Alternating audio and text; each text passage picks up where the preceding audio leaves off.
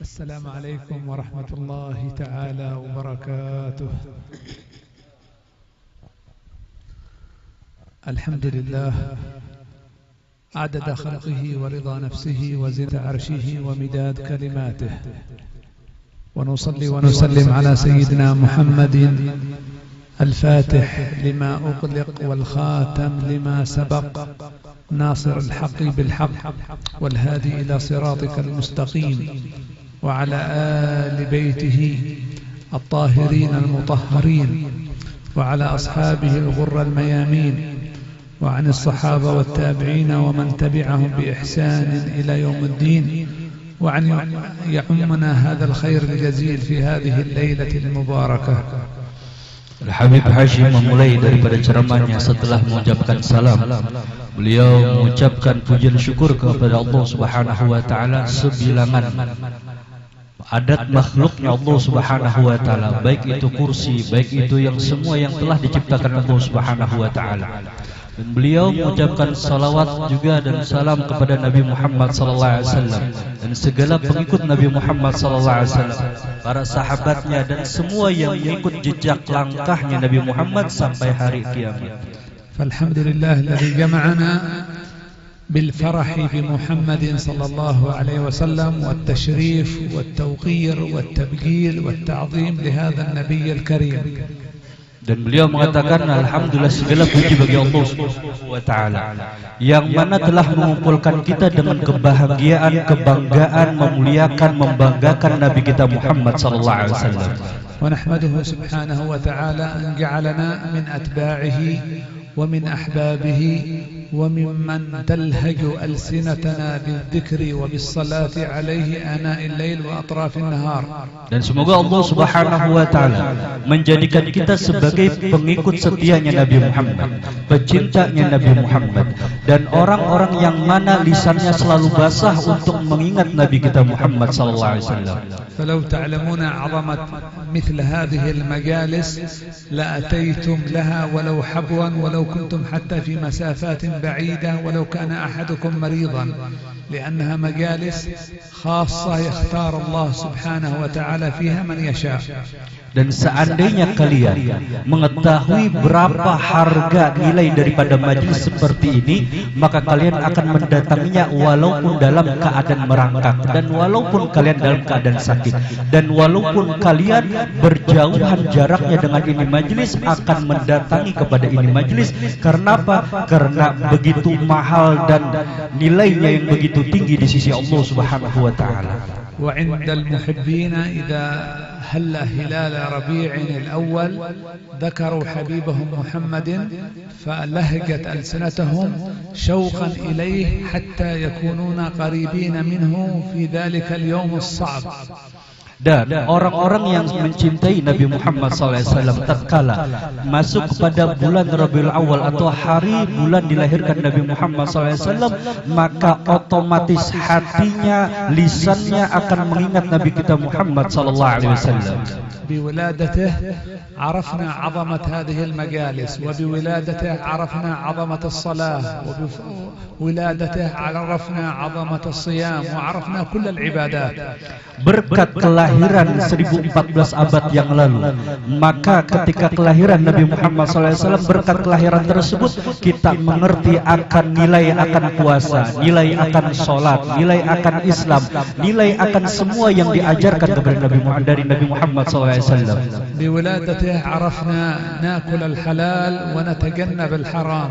Berkat kelahiran itu kita bisa mengetahui dan membedakan antara halal dan haram. وبولادته عرفنا نغض أبصارنا ونرفع أبصارنا لأهلنا ولأحبابنا. Dan berkat kelahiran tersebutlah kita bisa memandang, menjaga daripada pandangan kita kepada seharusnya yang kita lihat dan kepada tidak seharusnya yang tidak kita lihat. لأن بولادته ظهرت معاني وحقائق لا إله إلا الله محمد رسول الله. Karena dimulai dengan kelahirannya Nabi Muhammad SAW, kita dapat mengetahui hakikat daripada syahadat, yaitu la ilaha illallah Muhammadur Rasulullah. فإجماع عند العلماء أن ولادته كانت أعظم ولادة في العالم الإنساني. Para ulama bersepakat bahwasanya kelahiran Nabi Muhammad adalah kelahiran yang paling agung yang pernah ada di muka bumi. فصلى الله عليه وسلم ولد مسرورا مكحولا مختونا. Dan dikatakan bahwasanya beliau mengutip daripada Maulid Abi Habsyi tadi, ketika Nabi Muhammad dilahirkan, beliau telah dikhitan, beliau telah dicelaki, dan beliau telah diperindah oleh Allah Subhanahu wa taala. وكان يشب في اليوم كشباب الإنسان في الشهر أو في السنة. Dan beliau itu di dalam setiap harinya yang namanya prosesi atau pertumbuhan beliau begitu cepatnya. ومنحه الله سبحانه وتعالى من خصال الجمال والجلال ما لم يعطيها أحد من الأنبياء ولا من المرسلين. Dan beliau diberikan oleh Allah Subhanahu wa taala keindahan jamal dan juga keperkasaan jalal yang mana tidak pernah diberikan oleh Allah Subhanahu wa taala kepada nabi manapun. فكان أجملهم صورة وكان أجملهم صوتا. Dan Nabi Muhammad SAW adalah orang yang paling indah rupanya dan paling indah suaranya. وكما قال سيدنا علي بن أبي طالب من رآه بديهة هابه. Kata Ali bin Abi Thalib, barang siapa yang melihat Nabi Muhammad maka otomatis akan mencintai Nabi Muhammad SAW. ومن خالطه معرفة أحبه.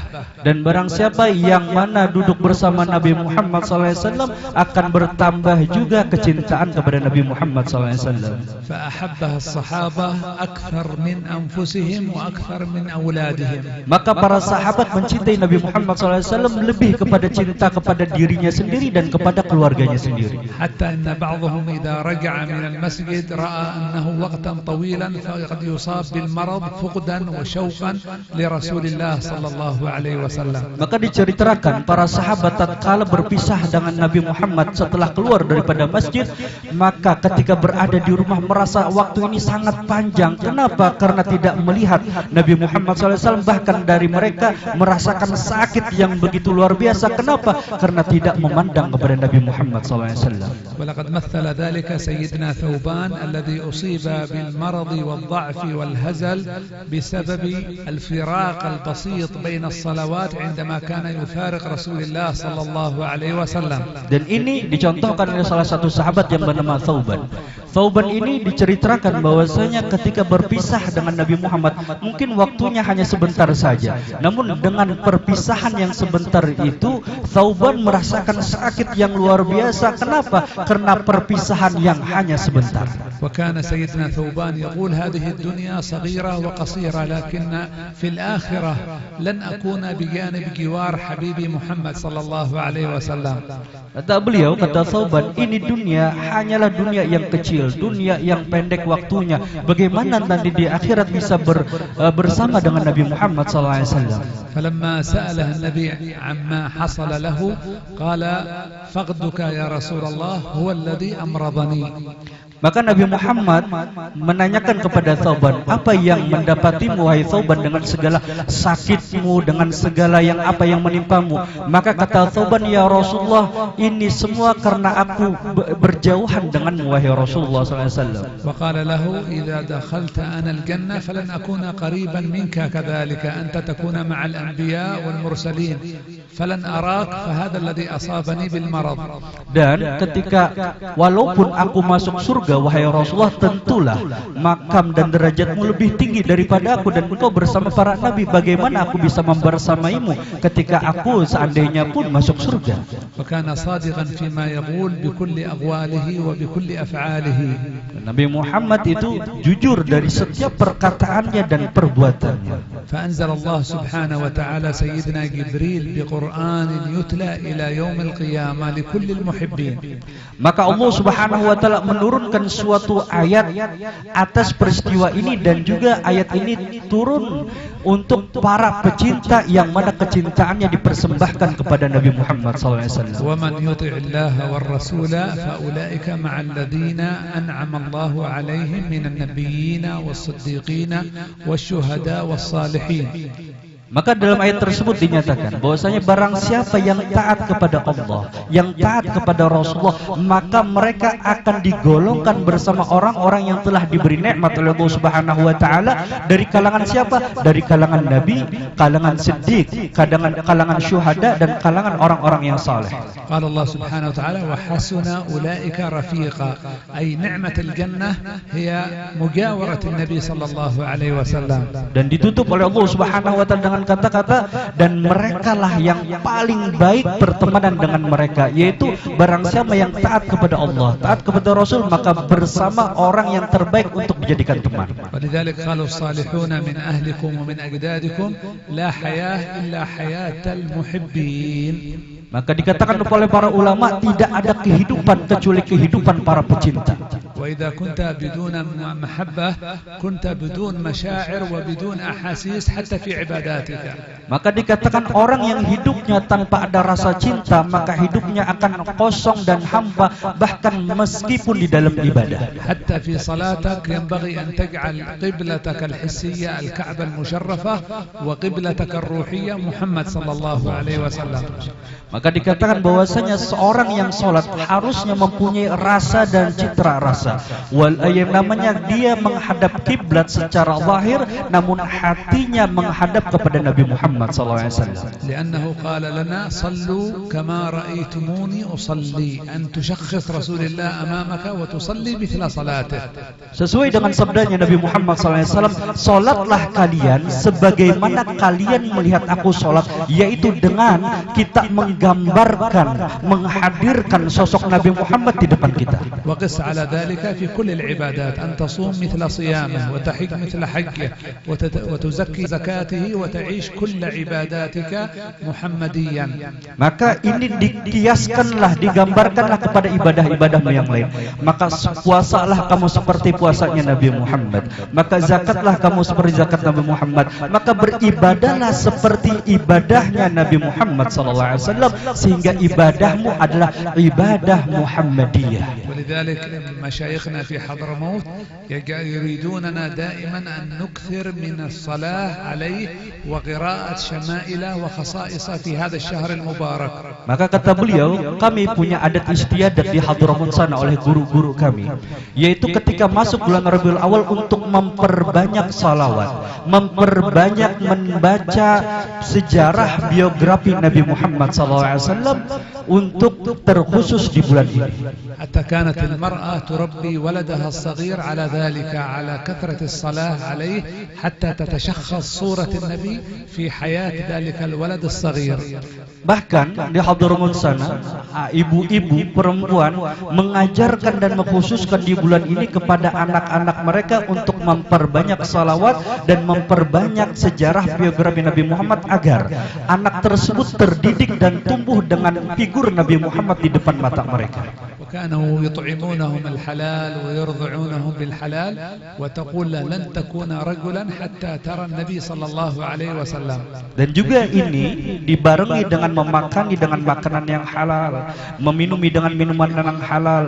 Maka dikatakan oleh perempuan ibu tadi, wahai anakku, engkau tidak akan menjadi anakku dan menjadi dewasa terkecuali engkau telah melihat Nabi Muhammad SAW. ونحن نسمع بعض كلمات حبيبنا علي بن محمد الحبشي وهو يقول قد عشقته وانا في المهد ما اقدر اتكلم، اي كانه يقول ان والدتي ارضعتني محبه النبي صلى الله عليه وسلم حتى في لبنها.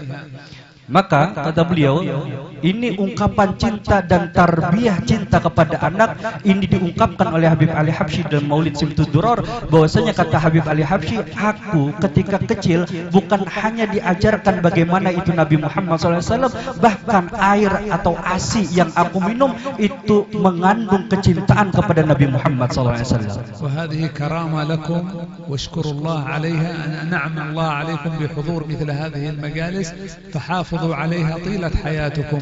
Maka kata beliau, ini adalah kemuliaan yang Allah berikan kepada kalian. Jagalah majelis dan tempat seperti ini sampai kalian meninggal. ثم وسع لنا مشايخنا راية المحبة حتى تتوسع في من أحبهم رسول الله صلى الله عليه وسلم فنحبهم. Dan juga kata beliau, guru-guru kita mengajarkan setelah kita mencintai Nabi Muhammad, kita pun harusnya mencintai seseorang yang dicintai oleh Nabi Muhammad. ومن ذلك صاحبة هذه الذكرى الحولية والإحدى عشرية أمنا العظيمة الطاهرة المطهرة خديجة الكبرى عليها السلام.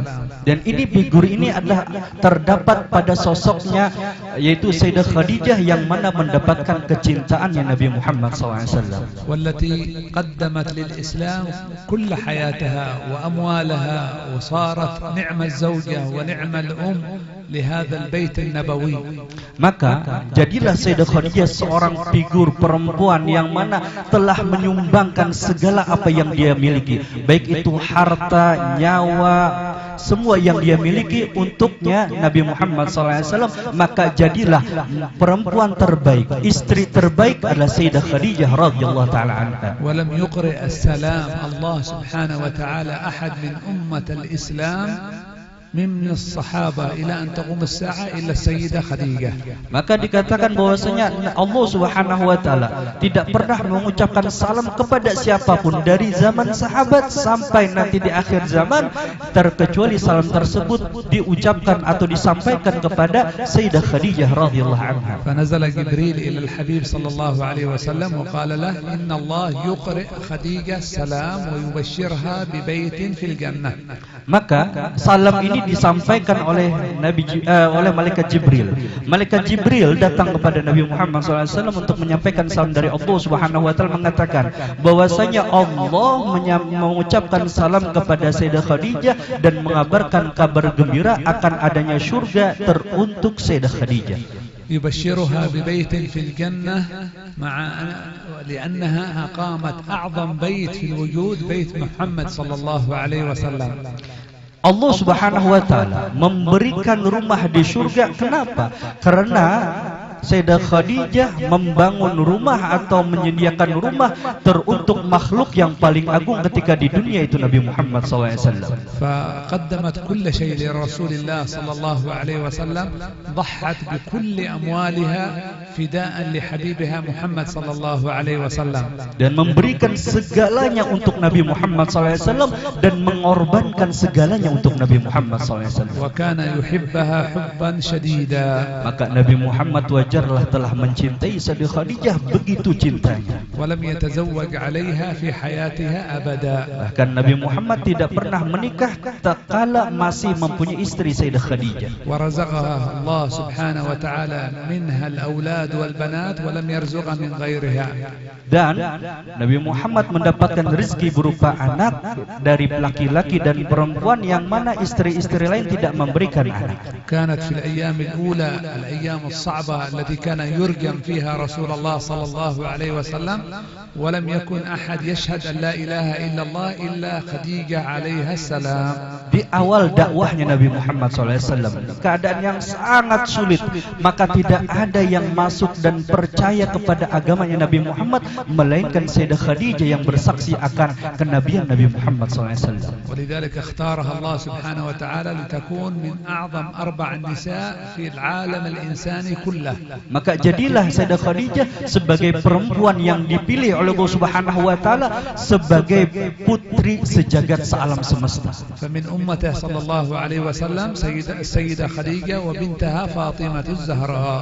Di antaranya adalah yang pertama Sayyidah Khadijah, yang kedua adalah anaknya sendiri yaitu Sayyidah Fatimah. ومن الأمم السابقة سيدتنا آسيا وسيدتنا مريم عليهم السلام. Dan dua perempuan dari kalangan yang terdahulu yaitu Sayyidah Asiyah dan Sayyidah Maryam. وهذا يعلمنا كيف تكون الزوجة الصالحة محبة لزوجها مساعدة له في حياته في فقره وفي غناه. Dan inilah sebuah pelajaran penting yang bisa diambil oleh para perempuan. Bagaimana seorang perempuan, seorang istri menemani akan suaminya, mencintai suaminya di dalam keadaan apapun, baik di dalam kayanya dan miskinnya. السيدة خديجة كانت مشهورة بأنها أقنى نساء قريش. Adapun Sayyidah Khadijah adalah wanita terkaya di kaum Quraisy. ولما حاصروا رسول الله صلى الله عليه وسلم في شعب أبي طالب 3 سنوات عاشت على الفقر وكانت تأكل من ورق الأشجار. Maka orang yang paling kaya itu yang bernama Sayyidah Khadijah, tatkala Rasulullah dan Sayyidah Khadijah dan para pengikutnya diembargo, dikurung selama 3 tahun, maka tidak ada makanan yang masuk, tidak ada minuman yang masuk, maka Sayyidah Khadijah yang kaya itu memakan daripada dedaunan yang ada di pohon. وكان سيدنا وحبيبنا محمد يذكرها في كل وقت وحين.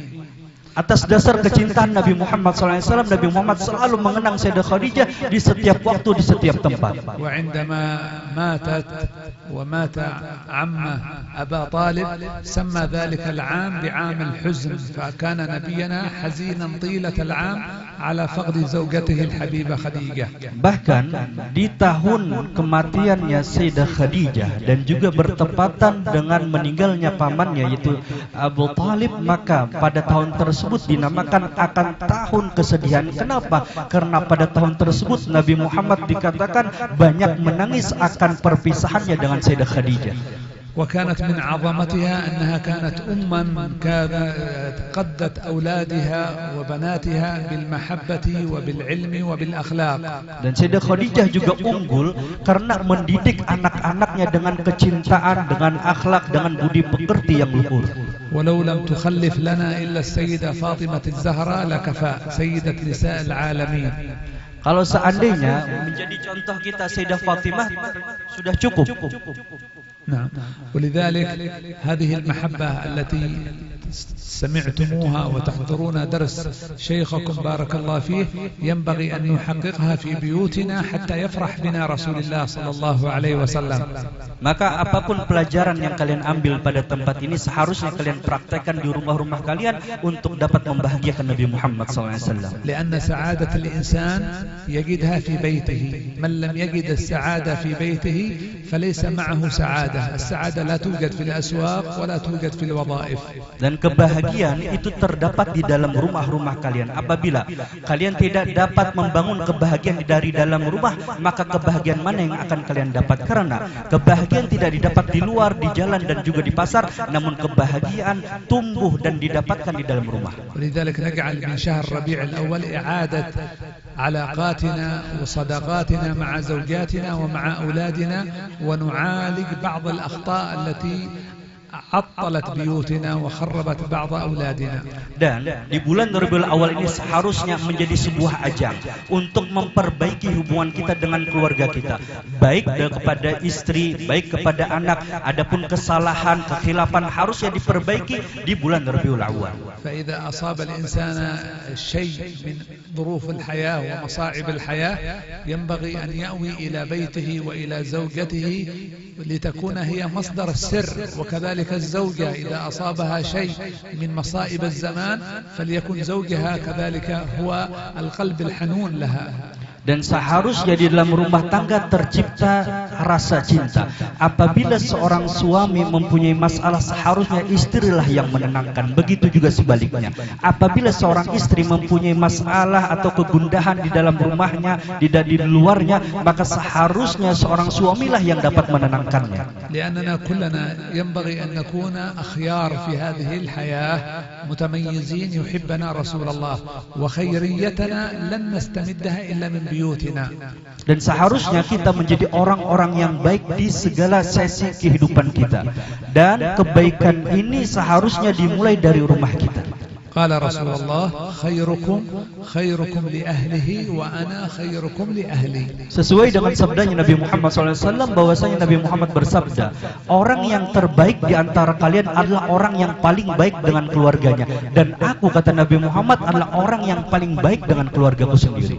وأخيرا اجعلوا لأنفسكم في بيوتكم وردا من الصلاة على النبي تتقاسمونه مع أزواجكم ومع بناتكم بعدد معين حتى تلتزم النفس وتحافظون عليه طيلة هذا الشهر حتى تروا السعادة في بيوتكم ظاهرة في هذا الشهر بإذن الله. Maka berkat majelis seperti ini di akhir kata beliau, seharusnya di dalam rumah tangga kita, mulai daripada rumah tangga kita, jadikanlah sebuah wiritan akan salawat kepada Nabi Muhammad SAW. Jadikanlah berapa kali kita salawat kepada Nabi Muhammad bersama anak, bersama istri, semua agar kita mendapatkan kebahagiaan dimulai daripada rumah kita. وكذلك تتسامحون وتتصالحون فإن كان اليوم بيننا قاطع رحم فليتصالح مع إخوانه ومع أعمامه فداء ومحبة لرسول الله. Dan juga perkumpulan seperti ini seharusnya menjadi sebuah ajang untuk kita memperbaiki hubungan dengan para manusia. Apabila kita mempunyai hubungan yang buruk dengan manusia,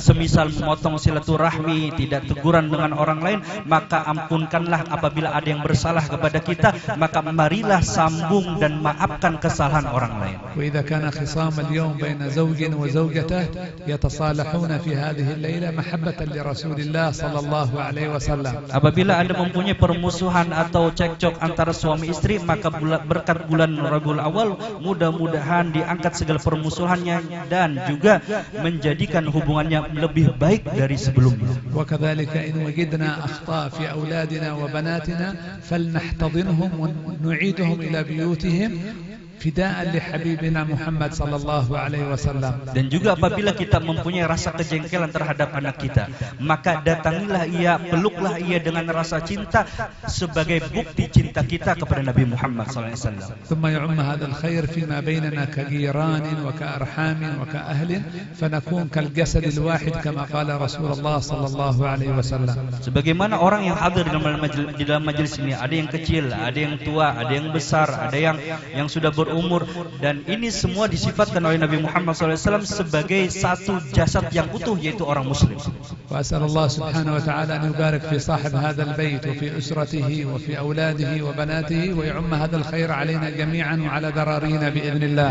Dan beliau mendoakan kepada sahibul bait yang punya rumah, Bapak Haji Artoni sekeluarga, mudah-mudahan dapat keberkahan di dalam rumah tangganya, dalam usahanya, dan juga semua yang hadir dalam ini majelis. ويعم هذا الخير على شيخنا المبارك إن شاء الله ويمتع بالحياة الصالحة.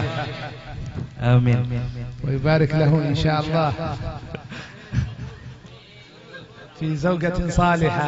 آمين.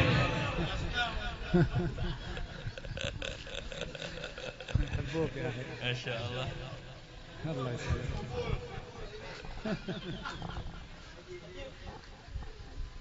كيف تحرك يا أمل. الله يبارك لنا ولكم إن شاء الله، يكرمنا ويكرمكم إن شاء الله كما أفرحنا في هذه الساعة.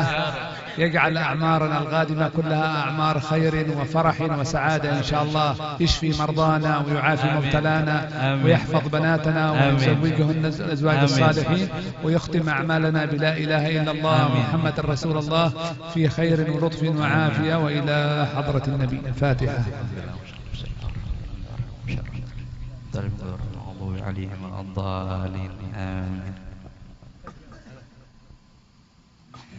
Beliau tadi di akhir mendoakan kita semua agar kita mendapatkan keberkahan dari Nabi Muhammad SAW, diangkat segala yang mempunyai penyakit, dan juga semua yang punya hajat mudah-mudahan dikabulkan oleh Allah Subhanahu wa taala, dan yang belum menikah mudah-mudahan diberikan istri yang salehah. Amin amin ya rabbal alamin. Amin.